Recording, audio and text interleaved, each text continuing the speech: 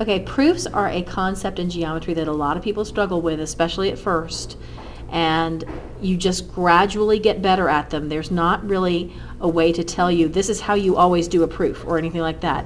You just kind of have to see so many proofs that you start noticing, oh wait, I know what to do next. You start seeing the patterns, and you do have to be familiar with the properties, so that helps. So one of the tips I've tried to give you, let's go ahead and go through number 11. One of the tips is that when you see a geometry term, you're probably going to see definition of that term somewhere pretty soon. So this first step states the given. So I'm going to write given. And then the next step is telling me that EFD is congruent to DFC. That's saying this one right here. So go up to the picture and you think about what that's saying. This right here is congruent to this right here. And we have to tell how we know that. Well, in the previous step, we saw that FD was a bisector. It said FD bisects this angle. Well, bisects means cuts it into two equal parts.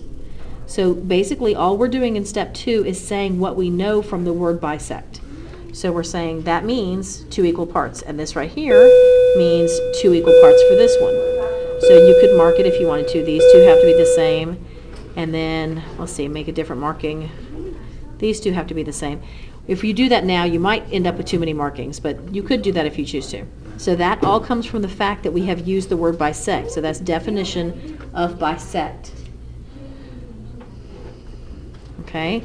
The next thing is step 3. I'm going to look at step 3 and I'm going to look back up and see if it comes directly from step 2, and in this case it does. If I look at step 2 and I look at step 3, everything almost is exactly the same. The only difference is the congruence markings here, they say congruent, and these have equal signs instead and have little m's out front. So this is going from saying these angles are congruent to saying that means their measures are equal. These angles are congruent to these measures are equal. So that's definition of congruent. You could say definition of congruent angles if you want. So you could say definition of congruent angles or definition of congruent. You can use the mark if you want to, like I just did, or you can write the word congruent, C-O-N-G-R-U-E-N-T.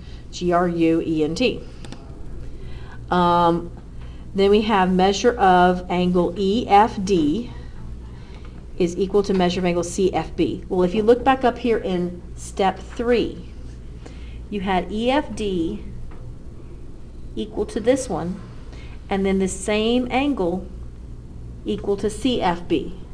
So you've got two things that are both equal to the same thing.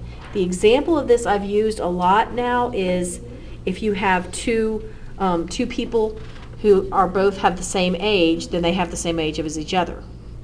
That's what transitive property says. Transitive property is like if I say A is equal to 3 and Q is equal to 3, then that means A is equal to Q. So that's what's happening here. We're saying EFD is equal to this thing. CFB is also equal to this thing. So that means EFD and CFB must be equal to each other. And that's what we're saying in step 4. So that's transitive property.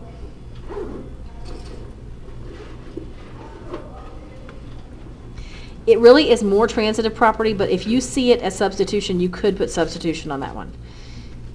Okay? And very last thing, the only difference between 4 and 5 is that 4 has the little m and the equal sign, and 5 has the congruence marks. So again, this is saying the measure of these two angles is equal, and that means these two angles are congruent. So measures are equal means congruent is definition of congruent. And again, it's definition of congruent angles, but I'm okay with you just saying definition of congruent. But you can add the angle in there if you want to. So that's how we do number 11.